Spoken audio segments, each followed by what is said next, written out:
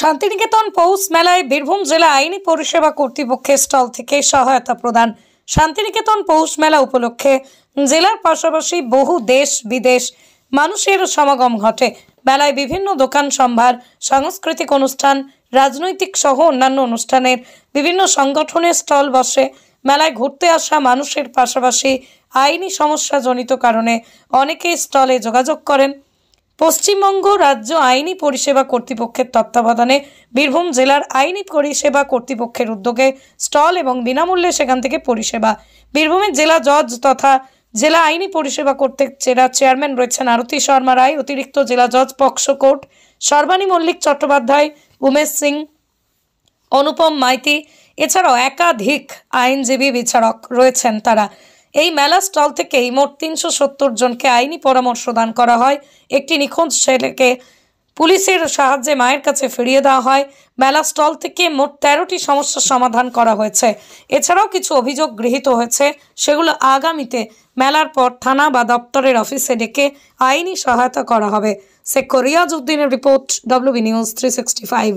আমাদের রাজ্য আইনি পরিষেবা কর্তৃপক্ষের তত্ত্বাবধানে এবং বীরভূম জেলা আইনি পরিষেবা কর্তৃপক্ষের উদ্যোগে এবং বোলপুর মহকুমা আইনি পরিষেবা কমিটি তার ব্যবস্থাপনায় পৌষ মেলার যে 4 দিন ধরে আইনি পরিষেবামূলক স্টলটি করা হয়েছিল, আজকে তার শেষ দিন। এখানে ডিস্ট্রিক্ট জাজ ম্যাডাম উদ্বোধন করেছিলেন, বোলপুরের এডিজে সাহেব সহ অন্যান্য রেসপেক্টেড জাজ সাহেবরা ছিলেন।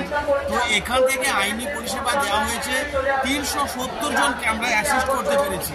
এবং এখানে একটি বাচ্চা তার মায়ের কাছ থেকে নিখোঁজ হয়েছিল।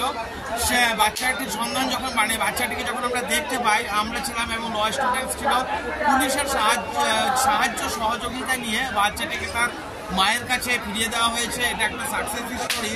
আর এখানে আমরা বসে থেকে 13টি সমস্যার সমাধান করেছি ইনস্ট্যান্ট।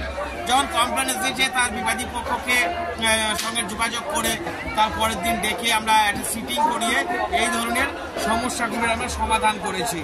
তাছাড়াও কমপক্ষে এখানে তো কমপক্ষে যদি বলি 3 থেকে 4 হাজার মানুষকে আমরা লিফলেট দিয়েছি, ব্যবহার করেছি। ল ডিপার্টমেন্টের ছাত্রছাত্রীরা আজকে মেলার ভিতরে ঢুকে তারাও কিন্তু লিফলেটগুলো বিতরণ করেছে।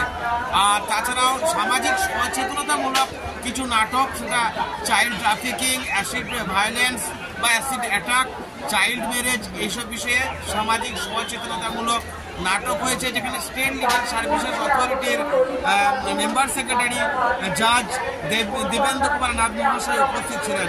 আজকে আমাদের শেষ দিন। তো আগামী বছর আবার হয়তো এটা হবে, হয়তো নয়, অবশ্যই হবে। এবং আমরা যে আইনি পরিষেবা দিতে পেরেছি তাতে বহু মানুষ আমাদের কাছ থেকে উপকৃত হয়েছে, এই বার্তাটুকুই বলতে চাই।